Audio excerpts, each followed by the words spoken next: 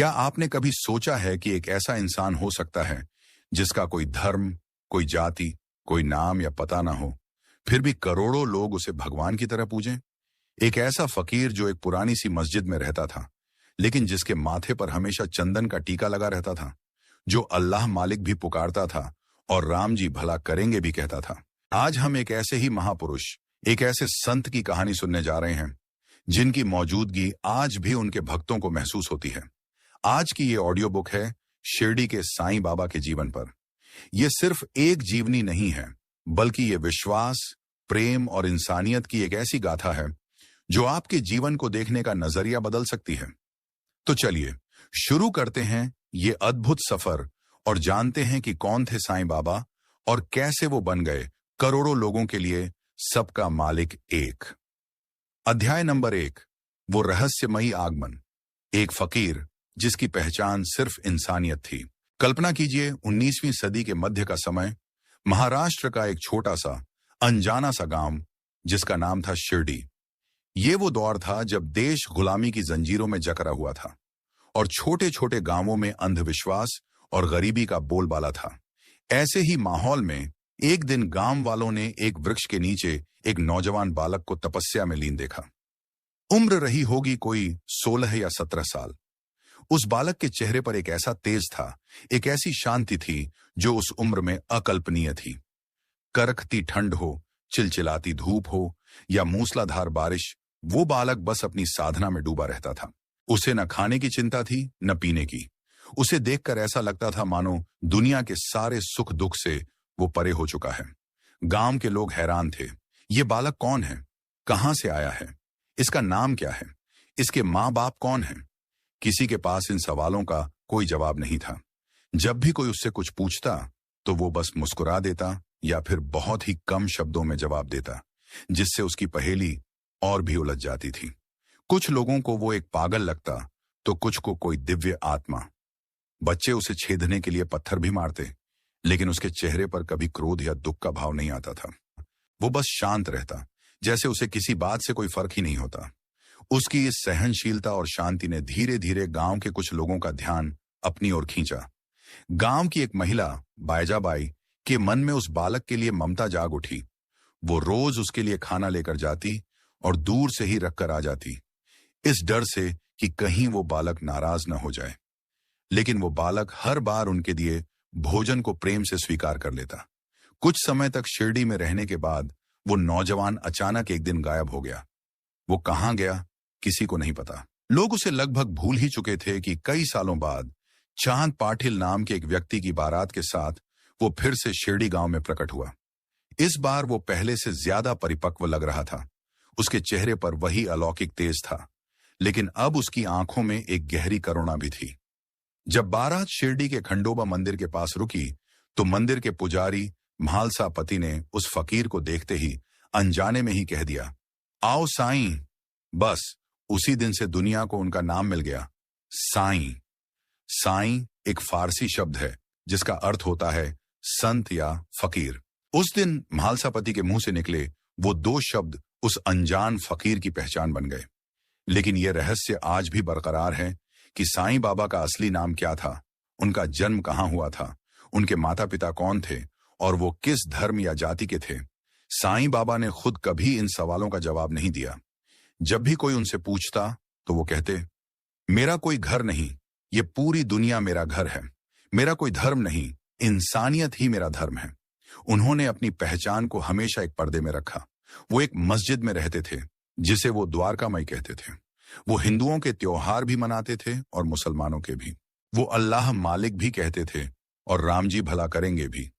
वो अपने माथे पर चंदन भी लगाते थे और कफनी भी पहनते थे। वो एक ऐसे संगम थे जहां हर धर्म, हर मजहब आकर मिल जाता था। उनकी यही बात उन्हें सबसे अलग, सबसे महान बनाती थी। उन्होंने कभी किसी को धर्म परिवर्तित करने के लिए नहीं कहा, बल्कि उन्होंने सबको अपने अपने धर्म का अच्छे से पालन करने की सीख दी। उनकी नजर में ईश्वर, अल्लाह, राम, रहीम सब एक ही परमपिता के अलग अलग नाम थे। साईं का ये रहस्यमयी आगमन शिरडी की धरती पर एक नए युग की शुरुआत थी। एक ऐसा युग जहां नफरत की कोई जगह नहीं थी, सिर्फ प्रेम, विश्वास और श्रद्धा का वास था। लेकिन शिरडी के लोगों के लिए इस फकीर को समझना अभी बाकी था। उन्हें क्या पता था कि जिस इंसान की पहचान को वो जानना चाहते हैं, वो आने वाले समय में करोड़ों लोगों की पहचान बनने वाला है। उस फकीर का शिरडी में बसना एक साधारण घटना नहीं थी। ये तो उस लीला की शुरुआत थी जो पूरी दुनिया देखने वाली थी। अध्याय नंबर 2। शिरडी का वो अनोखा संत। जब एक वीरान मस्जिद बनी, एक संत का आशियाना। जब साईं बाबा दोबारा शिरडी आए तो उन्होंने गांव की एक पुरानी और जीर्ण शीर्ण मस्जिद को अपना घर बना लिया। वो मस्जिद सालों से वीरान थी, किसी काम की नहीं थी। गांव वाले उसे भूतिया समझते थे और रात में उसके पास से गुजरने से भी डरते थे। लेकिन साईं ने उसी पुरानी सी मस्जिद को अपना ठिकाना बनाया। वो दिन भर वहीं रहते, रात को वहीं सोते। उनके पास कुछ भी नहीं था सिवाय एक कफनी, एक सटका और एक टिन के बर्तन के। वो गांव में भिक्षा मांगकर अपना गुजारा करते थे। रोज सुबह वो 5 घरों से भिक्षा में जो भी सूखा रूखा मिलता उसे अपने झोले में डाल लेते और वापस मस्जिद आकर उसे एक मिट्टी की हांडी में मिला देते। फिर चाहे वो रोटी हो, चावल हो, सब्जी हो या चटनी, सब कुछ एक साथ मिल जाता था। वो उसी भोजन को खुद भी खाते और अपने पास आने वाले जानवरों और इंसानों को भी खिलाते थे। शुरू शुरू में गांव के लोग उन्हें एक पागल फकीर ही समझते थे। उनका रहन सहन, उनकी बातें, सब कुछ लोगों को अजीब लगता था। वो कभी हंसते, कभी गुस्सा करते, कभी अपने आप से ही बातें करते रहते थे। लोग उन्हें शक की नजर से देखते थे। कुछ लोग सोचते थे कि ये कोई ढोंगी है, तो कुछ को लगता था कि इसका दिमागी संतुलन ठीक नहीं है। लेकिन साईं को इन सब बातों से कोई फर्क नहीं होता था। वो अपनी ही धुन में मग्न रहते। उनकी दिनचर्या बहुत सरल थी। वो सुबह जल्दी उठते, अपनी मस्जिद, जिसे वो द्वारका माई कहते थे, उसकी सफाई करते। द्वारका माई के आंगन में उन्होंने एक धूनी जलाई थी जो हमेशा जलती रहती थी। कहते हैं कि वो धूनी उन्होंने अपने आने के बाद जलाई थी और उनके महासमाधि लेने तक वो कभी नहीं बुझी। आज भी शिरडी में वो धूनी उसी तरह जल रही है। उस धूनी की राख को उदी कहा जाता है, जो साईं अपने भक्तों को प्रसाद के रूप में देते थे। लोगों का विश्वास है कि उस उदी में हर बीमारी, हर तकलीफ को दूर करने की शक्ति है। धीरे धीरे साईं के सरल स्वभाव, उनकी प्रेममयी आंखों और उनकी बातों ने कुछ लोगों को अपनी ओर आकर्षित करना शुरू किया। म्हालसापति, तात्या कोते पाटिल, बायजाबाई जैसे कुछ गिने चुने लोग उनके पास बैठने लगे। वो देखते थे कि साईं के पास जो भी दुखी, जो भी परेशान आता, साईं उसकी बात को बहुत ध्यान से सुनते। वो कोई प्रवचन नहीं देते थे, कोई भाषण नहीं देते थे। वो बस सरल भाषा में छोटी छोटी कहानियों के जरिए लोगों को जीवन की खास खास सीख दे जाते थे। उनकी बातों में एक अजीब सी ताकत थी जो सुनने वाले के दिल में उतर जाती थी। वो कहते थे, श्रद्धा और सबूरी, यानी ईश्वर पर पूरी श्रद्धा रखो और हर परिस्थिति में सब्र रखो, धीरज रखो। तुम्हारे जीवन में जो भी हो रहा है वो उसी की मर्जी से हो रहा है और वो जो भी करेगा तुम्हारे भले के लिए ही करेगा। उनकी द्वारकामयी मस्जिद एक ऐसी जगह बन गई थी जहां कोई भेदभाव नहीं था। वहां हिंदू भी आते थे, मुसलमान भी, अमीर भी आते थे, गरीब भी, ज्ञानी भी आते थे, अज्ञानी भी। साईं सबके साथ एक जैसा व्यवहार करते थे। उनकी नजर में कोई छोटा या खास नहीं था। वो जानवरों से भी उतना ही प्रेम करते थे जितना इंसानों से। कुत्ते, बिल्लियां, पक्षी सब उनके आसपास बिना किसी डर के घूमते रहते थे। वो अपने भोजन का पहला हिस्सा हमेशा जानवरों के लिए निकालते थे। उनका जीवन इस बात का सबसे उत्तम प्रमाण था कि इंसानियत ही सबसे खास धर्म है। उन्होंने कभी कोई नया धर्म नहीं बनाया, कोई नया पंथ नहीं चलाया। उन्होंने तो बस लोगों को इंसान बनना सिखाया, एक दूसरे से प्रेम करना सिखाया। उन्होंने उस वीरान मस्जिद को एक तीर्थ स्थान बना दिया था, एक ऐसा गुरुकुल जहां जीवन जीने की कला सिखाई जाती थी। लेकिन शिरडी के लोगों को अभी ये कहां पता था कि जिस फकीर को वो बस एक भला इंसान समझ रहे हैं, वो जल्द ही कुछ ऐसा करने वाला है जो विज्ञान और तर्क की सारी सीमाओं को समाप्त कर देगा। एक ऐसा चमत्कार जो शिरडी के इतिहास में हमेशा के लिए दर्ज हो गया। जानना चाहते हैं वो क्या था? तो बने रहिए हमारे साथ अगले अध्याय में। और हाँ, अगर आपको साईं बाबा की ये कहानी दिल को छू रही है और आप ऐसे ही और भी प्रेरणादायक ऑडियो बुक सुनना चाहते हैं, तो ऑडियो बुक लेजेंड्स चैनल को सब्सक्राइब करना मत भूलिएगा, अगर आपने अभी तक नहीं किया है तो। अध्याय नंबर 3, जब चमत्कार लीला बन गए। पानी से जलते दिए और विश्वास की वो पहली लौ। शिरडी में साईं बाबा का जीवन बहुत ही सादगी से बीत रहा था। वो दिन में भिक्षा मांगते और रात में अपनी द्वारकामाई मस्जिद में और पास की छावरी में सोते थे। उन दिनों शिरडी में बिजली नहीं थी। शाम होते ही हर घर में दिए या लालटेन जलाए जाते थे। साईं बाबा भी अपनी मस्जिद में रोज शाम को दिए जलाते थे। इन दियों के लिए वो गांव के दुकानदारों से तेल मांगकर लाते थे। दुकानदार भी उन्हें श्रद्धा से तेल दे दिया करते थे। ये सिलसिला कई सालों तक चलता रहा, लेकिन एक दिन गांव के तेल बेचने वाले बनियों ने आपस में सलाह की। उन्होंने सोचा कि ये फकीर रोज मुफ्त में तेल ले जाता है, आज हम इसे तेल नहीं देंगे, देखते हैं ये क्या करता है। उन्होंने ये सोचकर अपनी एकता बना ली कि कोई भी साईं को तेल नहीं देगा। उस शाम जब साईं हमेशा की तरह तेल लेने के लिए दुकानदारों के पास गए, तो सबने उन्हें तेल देने से मना कर दिया। एक ने कहा तेल खत्म हो गया, दूसरे ने कहा आज दुकान बंद कर दी है। साईं सब समझ गए। वो किसी से कुछ कहे बिना चुपचाप अपनी खाली टिन लेकर वापस द्वारकामाई लौट आए। दुकानदारों को बहुत खुशी हुई। वो छिप छिप कर देखने लगे कि अब ये फकीर अंधेरे में क्या करेगा। उन्हें लगा कि आज साईं का गुरूर समाप्त होगा। साईं अपनी मस्जिद में आए, दियों में बाती डाली और फिर अपनी टिन उठाई जिसमें तेल की जगह पानी भरा हुआ था। उन्होंने उसी पानी को दियों में डालना शुरू कर दिया। ये देखकर छिपे हुए दुकानदार हंसने लगे। वो एक दूसरे से कहने लगे, देखो ये पागल हो गया है, भला पानी से भी कभी दिए जलते हैं क्या। लेकिन अगले ही पल कुछ ऐसा हुआ जिसकी उन्होंने सपने में भी कल्पना नहीं की थी। साईं ने एक दिया उठाया और उसे अपनी धूनी की आग से छुआ और देखते ही देखते वो दिया जल उठा। फिर उन्होंने एक एक करके सारे दिए जला दिए। वो सभी दिए जिनमें तेल की जगह पानी भरा था, तेल के दियों की तरह ही रोशन हो गए और पूरी रात जलते रहे। ये देखकर उन दुकानदारों के होश गुम हो गए। उनकी हंसी गायब हो गई और उसकी जगह डर और आश्चर्य ने ले ली। उन्हें अपनी गलती का एहसास हुआ। वो भागे भागे साईं के पास आए और उनके चरणों में गिरकर माफी मांगने लगे। साईं ने उन्हें उठाया और मुस्कुराते हुए कहा, जो देता है वो मैं नहीं बल्कि अल्लाह मालिक है। तुम बस देने का जरिया हो, कभी इस बात का घमंड मत करना। ये चमत्कार शिरडी में आग की तरह फैल गया। ये पहली बार था जब साईं की दिव्य शक्ति इतने विशाल पैमाने पर लोगों के सामने आई थी। अब तक जो लोग उन्हें पागल या ढोंगी समझते थे, उनकी आंखें खुल गईं। उन्हें समझ में आ गया कि ये कोई साधारण इंसान नहीं है, बल्कि कोई बहुत महान दैवीय शक्ति है। इस एक घटना ने शिरडी के लोगों का साईं के प्रति नजरिया हमेशा के लिए बदल दिया। अब उनके पास सिर्फ भक्त ही नहीं, बल्कि जिज्ञासु और मदद मांगने वालों की भीड़ भी लगने लगी। ये तो बस शुरुआत थी। इसके बाद तो साईं बाबा ने अनगिनत चमत्कार किए, जिन्हें वो अपनी लीला कहते थे।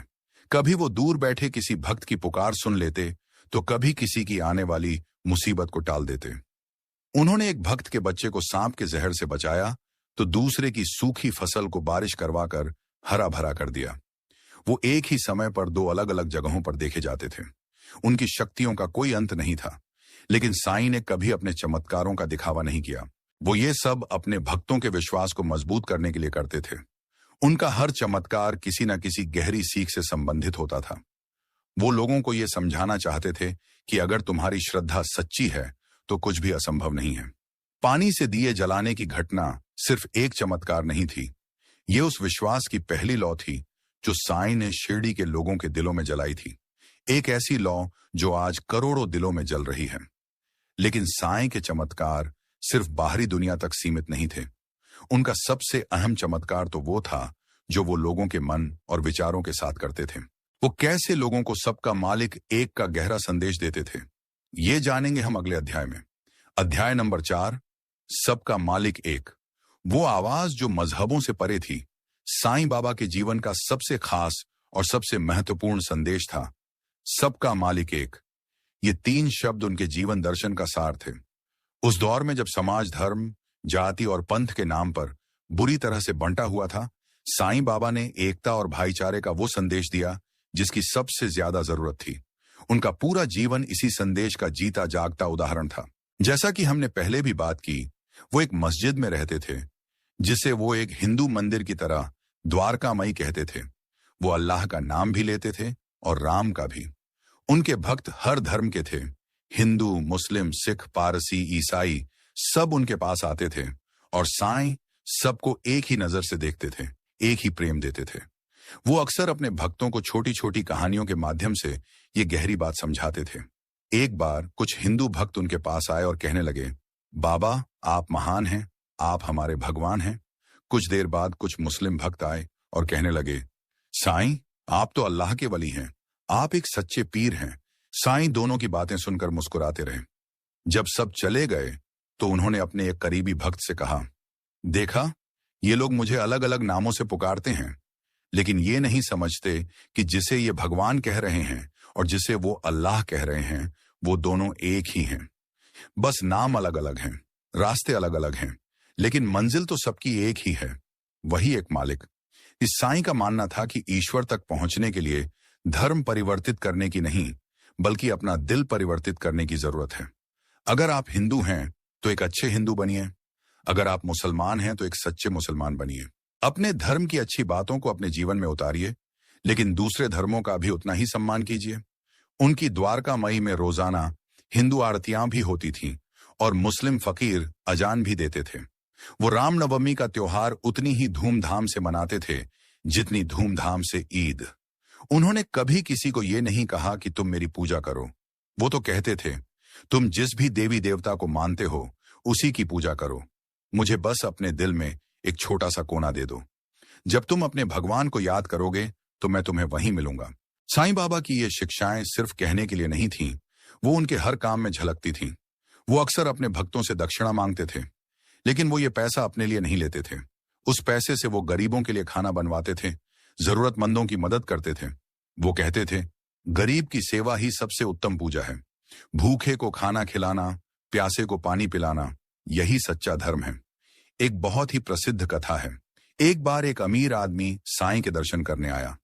उसने साईं को बहुत सारे कीमती उपहार दिए। साईं ने वो सब ले लिए। कुछ देर बाद एक बहुत ही गरीब महिला आई। उसके पास देने के लिए कुछ नहीं था, सिवाय 2 पैसे के जो उसने बहुत मेहनत से कमाए थे। उसने डरते डरते वो 2 पैसे साईं के चरणों में रख दिए। साईं ने उन 2 पैसों को उठाया, अपनी आंखों से लगाया और अपनी जेब में रख लिया। ये देखकर उस अमीर आदमी को बहुत आश्चर्य हुआ। उसने पूछा, बाबा मैंने आपको इतने कीमती तोहफे दिए, वो आपने बस रख लिए, और इस औरत के 2 पैसों को आपने इतना सम्मान दिया, ऐसा क्यों? साईं मुस्कुराए और बोले, तुमने जो दिया वो अपने धन के घमंड से दिया। तुमने अपनी अमीरी का एक छोटा सा हिस्सा दिया, लेकिन इस औरत ने अपनी पूरी जमा पूंजी, अपनी पूरी श्रद्धा मुझे दे दी है। मेरे लिए इसकी भक्ति तुम्हारे धन से कहीं ज्यादा कीमती है। इस कहानी से साईं ने समझाया कि मालिक को तुम्हारे धन दौलत की नहीं, तुम्हारे सच्चे भाव और प्रेम की जरूरत है। साईं का सबका मालिक एक का संदेश आज के समय में और भी ज्यादा प्रासंगिक है। आज जब दुनिया फिर से धर्म और जाति के नाम पर बंट रही है, साईं बाबा की शिक्षाएं हमें याद दिलाती हैं कि हम सब एक ही ईश्वर की संतान हैं और हमारा सबसे खास धर्म इंसानियत है। क्या आप भी मानते हैं कि सबका मालिक एक है? अगर हां, तो कमेंट्स में सबका मालिक एक लिखकर इस संदेश को और लोगों तक पहुंचाइए। लेकिन साईं सिर्फ उपदेश ही नहीं देते थे, वो अपने भक्तों की कठिन परीक्षाएं भी लेते थे। वो ऐसा क्यों करते थे? उनकी इन परीक्षाओं के पीछे क्या रहस्य छिपा था, ये जानेंगे हम अगले अध्याय में। अध्याय नंबर 5, गुरु की वो कठिन परीक्षाएं जो सिर्फ कृपा बरसाने के लिए थीं। साईं बाबा जितने प्रेम और करुणा से भरे थे, उतने ही कठोर परीक्षक भी थे। वो अक्सर अपने भक्तों की श्रद्धा और सबूरी की परीक्षा लेते थे। उनकी ये परीक्षाएं कभी कभी बहुत कठिन और समझ से परे होती थीं, लेकिन उनके पीछे हमेशा भक्त का कल्याण ही छिपा होता था। साईं ये देखना चाहते थे कि उनका भक्त उन पर आंख बंद करके विश्वास करता है या नहीं। वो जानते थे कि जब तक भक्त का अहंकार पूरी तरह से खत्म नहीं हो जाता, तब तक उसे आत्मज्ञान प्राप्त नहीं हो सकता। इसलिए वो अलग अलग तरीकों से अपने भक्तों के अहंकार पर चोट करते थे, उन्हें परखते थे और उन्हें आध्यात्मिक रास्ते पर आगे जाने के लिए तैयार करते थे। एक बहुत ही प्रसिद्ध कथा है दादा साहेब खापर्डे की। वो एक खास वकील और शिक्षित इंसान थे। जब वो पहली बार शिरडी आए तो उन्हें साईं के चमत्कारों पर ज्यादा विश्वास नहीं था। वो तर्क और बुद्धि से हर चीज को तौलते थे। साईं ने उनके मन की बात जान ली। एक दिन साईं ने दादा साहेब को अपने पास बुलाया और कहा, जाओ पास के गांव से मेरे लिए कुछ रुपये उधार लेकर आओ। दादा साहेब को यह सुनकर बहुत अजीब लगा।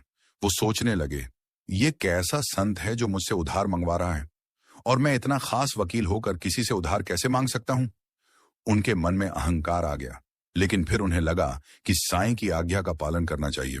वो मन मारकर पास के गांव गए। उन्होंने वहां कई लोगों से पैसे मांगे, लेकिन सबने मना कर दिया। वो बहुत अपमानित महसूस कर रहे थे। खाली हाथ जब वो साईं के पास लौटे तो उनका सिर शर्म से झुका हुआ था।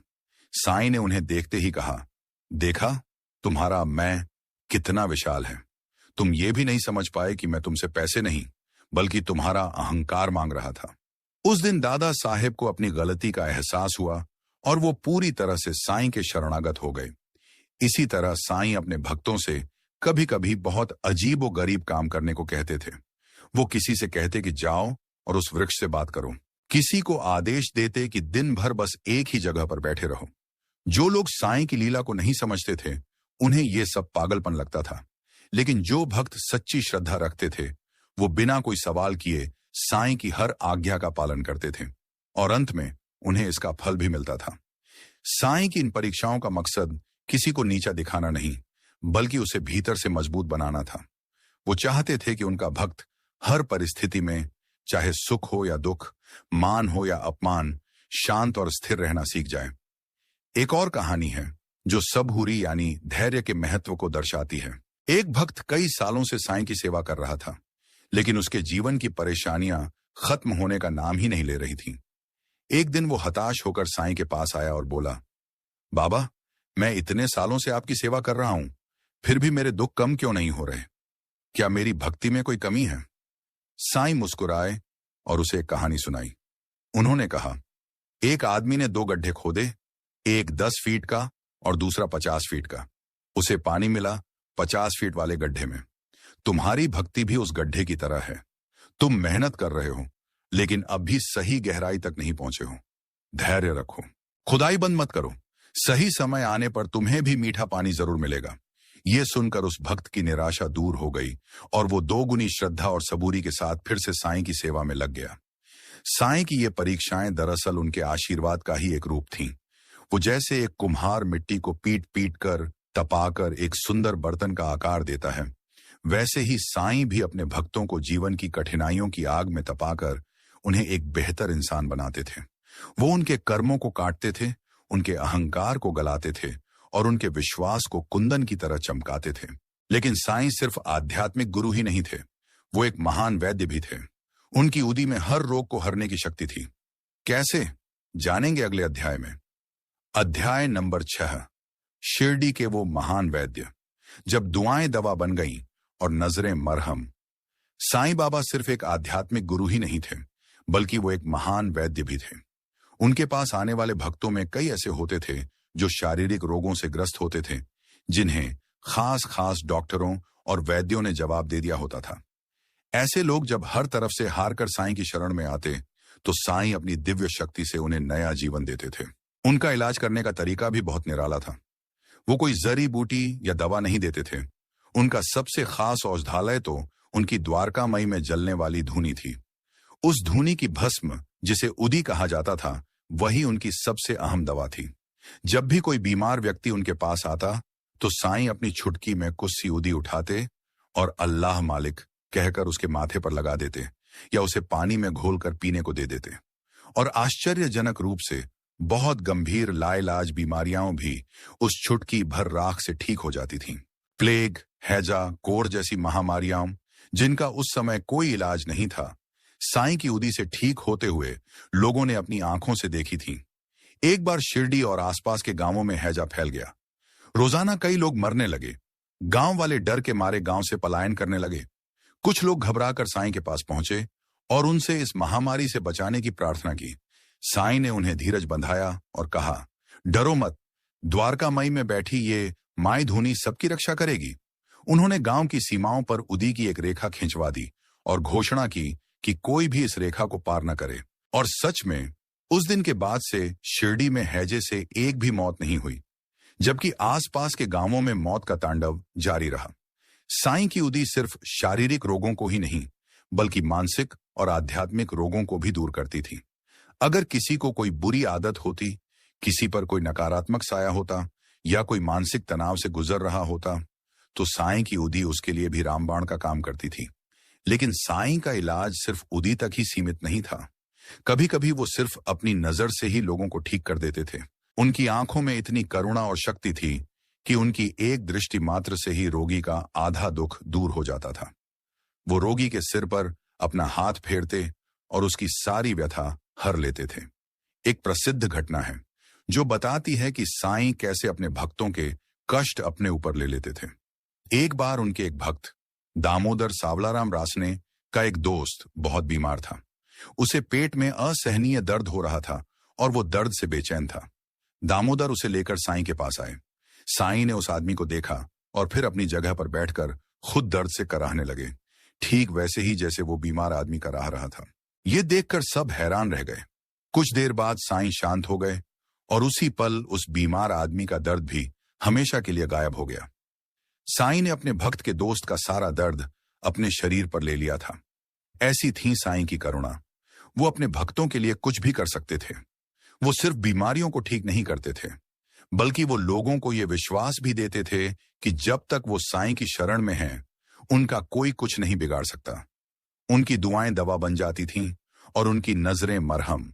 लेकिन साईं बाबा की शक्तियां सिर्फ लोगों को ठीक करने या चमत्कार दिखाने तक ही सीमित नहीं थीं। वो भूत, वर्तमान और भविष्य तीनों कालों को देख सकते थे।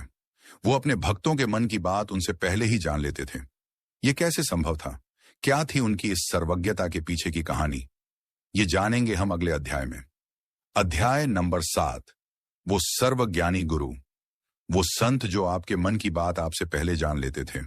साईं बाबा की सबसे आश्चर्यजनक शक्तियों में से एक थी उनकी सर्वज्ञता, यानी सब कुछ जानने की क्षमता। वो त्रिकालदर्शी थे। वो भूत, वर्तमान और भविष्य तीनों को एक खुली किताब की तरह देख सकते थे। उनके भक्तों के लिए ये एक रोज का अनुभव था। कोई भक्त शिरडी आने का मन में विचार ही करता था और साईं यहां द्वारकामई में बैठे बैठे अपने किसी दूसरे भक्त से कह देते थे, आज हमारा फलाना भक्त आने वाला है, उसके लिए भोजन का प्रबंध करो। और सचमुच कुछ घंटों या दिनों में वो भक्त शिरडी पहुंच जाता था। साईं सिर्फ लोगों के आने जाने के बारे में ही नहीं, बल्कि उनके मन में चल रहे विचारों, उनकी चिंताओं और उनकी गुप्त योजनाओं तक को जान लेते थे। कई बार लोग अपनी समस्याओं को लेकर उनके पास आते और कुछ कहने के लिए मुंह खोलते ही थे कि साईं पहले ही उनकी पूरी समस्या बता देते और उसका समाधान भी दे देते। ये देखकर लोग दंग रह जाते थे कि बिना बताए बाबा को सब कुछ कैसे पता चल गया। एक बार एक व्यक्ति साईं की परीक्षा लेने के इरादे से शिरडी आया। उसने मन में सोचा कि अगर ये सच में कोई सिद्ध पुरुष हैं, तो इन्हें पता चल जाएगा कि मेरी जेब में क्या है। वो साईं के सामने जाकर उपस्थित हो गया। साईं ने उसे देखते ही मुस्कुराकर कहा, क्यों रे, अपनी जेब में रखे प्याज को दिखाकर मेरी परीक्षा लेना चाहता है? ये सुनकर वो आदमी पानी पानी हो गया और साईं के चरणों में गिरकर माफी मांगने लगा। साईं जानते थे कि उसके मन में क्या चल रहा है। उनकी ये सर्वज्ञता सिर्फ शिरडी तक ही सीमित नहीं थी। वो हजारों मील दूर बैठे अपने भक्त की भी रक्षा कर सकते थे। एक कथा है कि एक बार साईं का एक भक्त जो विदेश में रहता था, एक समुद्री जहाज में यात्रा कर रहा था। अचानक समुद्र में भयानक तूफान आ गया। जहाज डूबने की कगार पर पहुंच गया। सभी लोग अपनी जान की भीख मांगने लगे। उस भक्त को साईं की याद आई और उसने मन ही मन साईं को पुकारा, बाबा मुझे बचाओ। ठीक उसी समय यहां शिरडी में द्वारकामई में बैठे साईं अचानक चिल्लाए, मेरा भक्त डूब रहा है, मुझे उसे बचाना है। और उन्होंने अपना हाथ पानी से भरी एक बाल्टी में डाल दिया। कुछ देर बाद उन्होंने अपना हाथ बाहर निकाला और बोले, अल्लाह मालिक ने बचा लिया। उधर हजारों मील दूर समुद्र का तूफान चमत्कारिक रूप से शांत हो गया और जहाज सुरक्षित किनारे पर लग गया। जब वो भक्त वापस शिरडी आया तो उसने साईं को धन्यवाद देने के लिए पूरी घटना सुनाई। साईं ने बस मुस्कुराकर कहा, मैं तो बस एक फकीर हूं, बचाने वाला तो वो मालिक है। साईं बाबा की ये शक्ति कोई जादू टोना नहीं थी। ये उनके आत्मज्ञान और उस परम सत्ता के साथ एकाकार होने का परिणाम था। वो उस अवस्था को प्राप्त कर चुके थे जहां व्यक्ति और ब्रह्मांड के बीच का भेद मिट जाता है। वो जानते थे कि हम सब एक ही चेतना के हिस्से हैं, इसलिए एक मन में उठने वाली तरंग दूसरे मन तक पहुंच सकती है। वो अक्सर कहते थे, तुम कहीं भी रहो, कुछ भी करो, मैं हमेशा तुम्हारे साथ हूं। तुम जो सोचते हो, जो करते हो, मुझे सब पता रहता है। ये बात उनके भक्तों को एक बहुत उत्तम संबल देती थी। उन्हें पता था कि उनका गुरु हमेशा उनकी रक्षा कर रहा है, हमेशा उन्हें देख रहा है।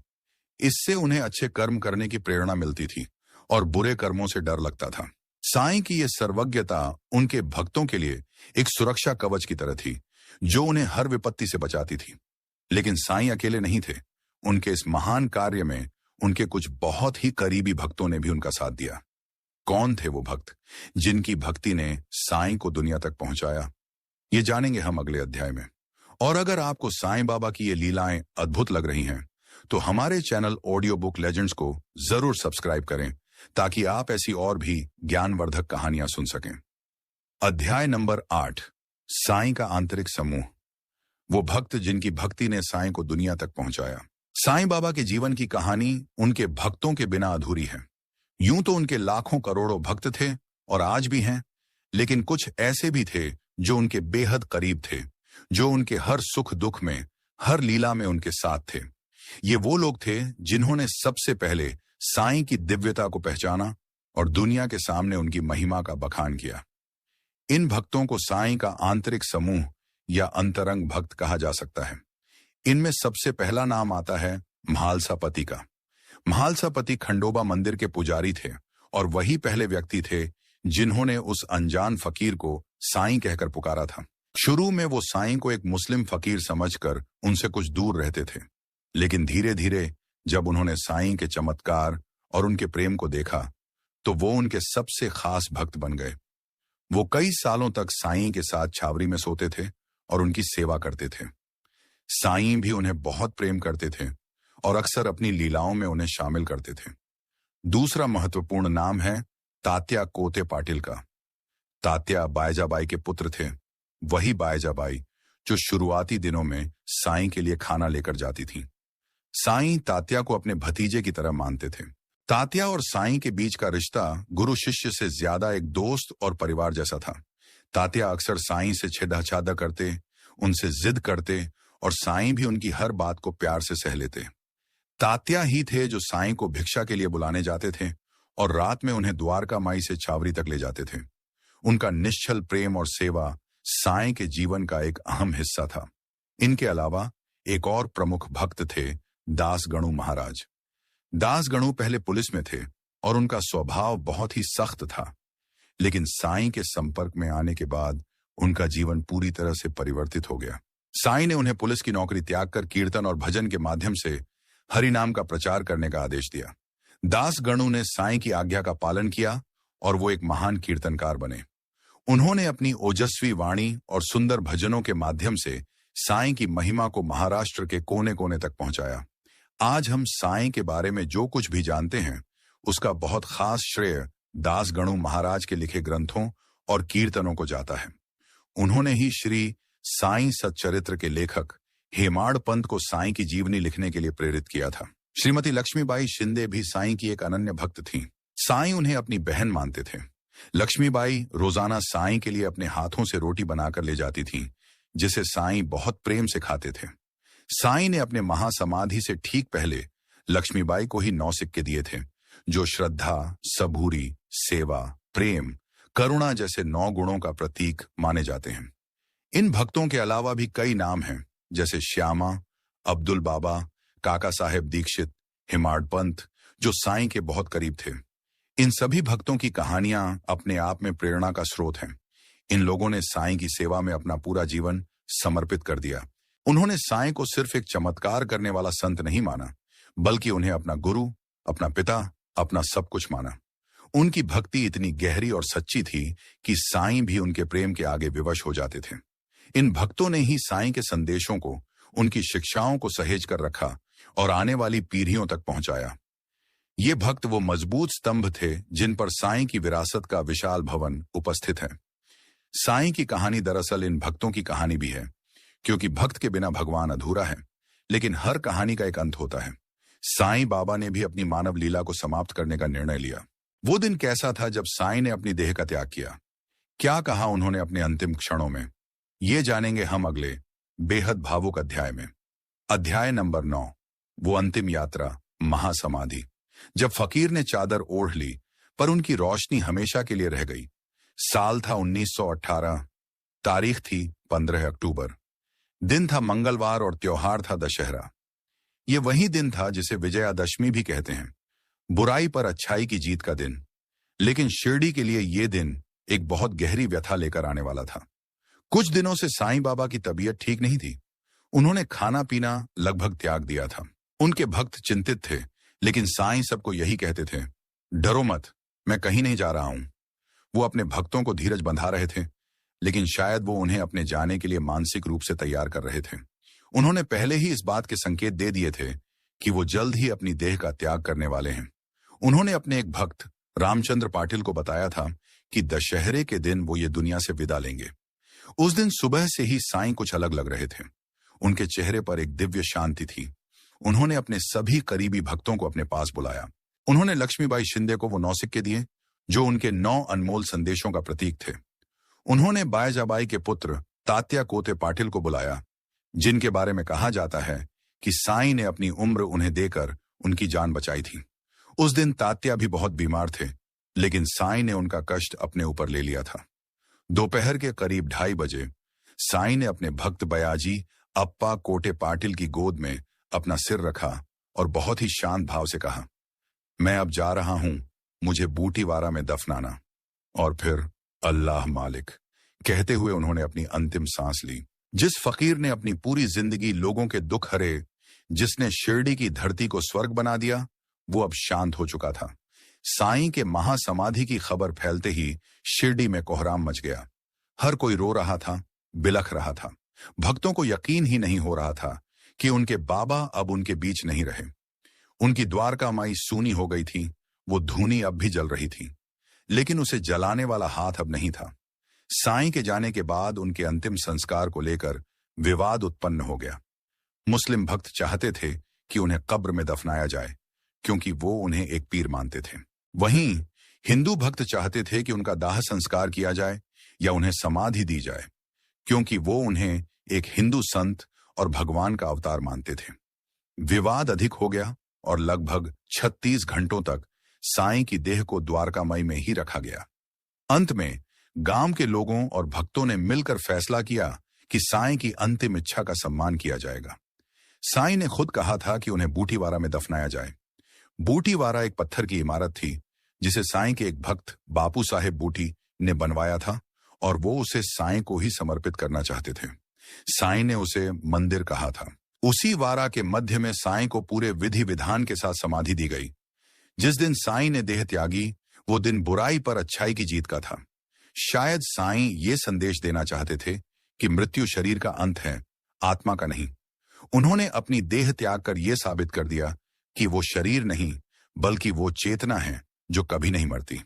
साईं का जाना एक युग का अंत था, लेकिन ये एक नई शुरुआत भी थी।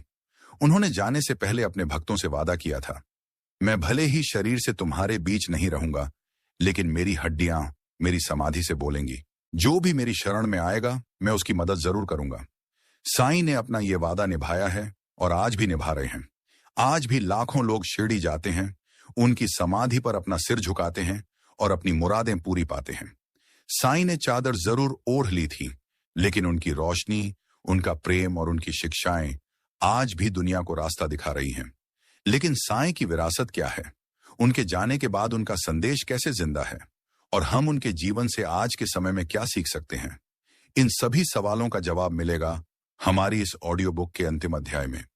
अध्याय नंबर 10, साईं आज भी जिंदा है। वो विरासत जो आज भी दिलों में धड़कती है। साईं बाबा ने 15 अक्टूबर 1918 को अपनी देह का त्याग किया था, लेकिन क्या वो सच में हमें विदा कह गए? इसका जवाब है नहीं। साईं आज भी जिंदा है। वो अपने भक्तों के दिलों में जिंदा है, अपनी शिक्षाओं में जिंदा है और शिरडी की उस पावन भूमि के कण कण में जिंदा है। उन्होंने जो विरासत हमें दी है, वो किसी धन दौलत या जागीर की नहीं, बल्कि प्रेम, विश्वास और इंसानियत की विरासत है। ये एक ऐसी विरासत है जो समय के साथ और भी ज्यादा मूल्यवान होती जा रही है। साईं की सबसे अहम विरासत है उनका सबका मालिक एक का संदेश। आज जब दुनिया धर्म और जाति के नाम पर पहले से कहीं ज्यादा बंटी हुई है, साईं का ये संदेश एक प्रकाश स्तंभ की तरह हमें रास्ता दिखाता है। वो हमें याद दिलाते हैं कि हम सब एक ही ईश्वर की संतान हैं और हमें एक दूसरे से नफरत करने का कोई हक नहीं है। उनकी दूसरी खास विरासत है श्रद्धा और सब्बुरी का मंत्र। श्रद्धा यानी अपने ईश्वर पर, अपने गुरु पर अटूट विश्वास, और सब्बुरी यानी हर परिस्थिति में धैर्य रखना। आज की इस भागम भाग भरी जिंदगी में जहां हम हर चीज तुरंत पाना चाहते हैं, सबूरी का ये गुण हमें सिखाता है कि अच्छी चीजों में समय लगता है। अगर हमारी श्रद्धा मजबूत है और हम धैर्य के साथ अपना कर्म करते रहें तो सफलता हमें जरूर मिलेगी। साईं बाबा ने हमें सिखाया कि सच्ची सेवा क्या होती है। भूखे को खाना खिलाना, जरूरतमंद की मदद करना, किसी के आंसू पोंछना, यही सच्ची पूजा है। उन्होंने हमें दान का महत्व समझाया, लेकिन साथ ही ये भी सिखाया कि दान हमेशा निस्वार्थ भाव से करना चाहिए। उसमें अहंकार की कोई जगह नहीं होनी चाहिए। आज शिरडी एक छोटा सा गांव नहीं, बल्कि एक विश्व प्रसिद्ध तीर्थ स्थल है। हर रोज लाखों लोग वहां जाते हैं। उस द्वारकामई के दर्शन करते हैं जहां साईं ने अपनी जिंदगी का खास हिस्सा बिताया। उस धूनी की उदी अपने माथे से लगाते हैं जिसमें हर कष्ट को हरने की शक्ति है, और उस समाधि मंदिर में सिर झुकाते हैं जहां साईं आज भी विराजमान है। ये सब साईं की जीती जागती विरासत का ही प्रमाण है।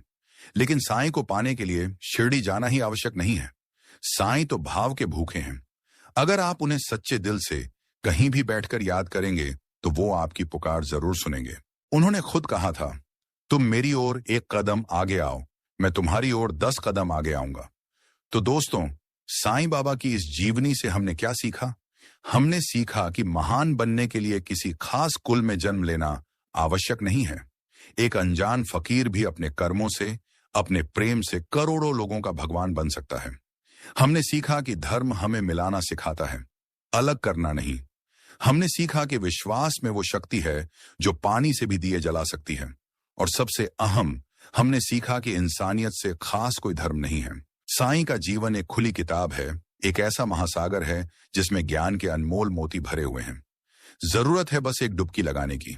तो दोस्तों, ये थी शिरडी के साईं बाबा की कहानी। एक ऐसे संत की कहानी जिनका न कोई आदि था न कोई अंत है। वो कल भी थे, आज भी हैं और हमेशा रहेंगे। मुझे उम्मीद है कि साईं के जीवन की ये गाथा आपके दिल को छू गई होगी और आपको इससे जीवन जीने की एक नई प्रेरणा मिली होगी।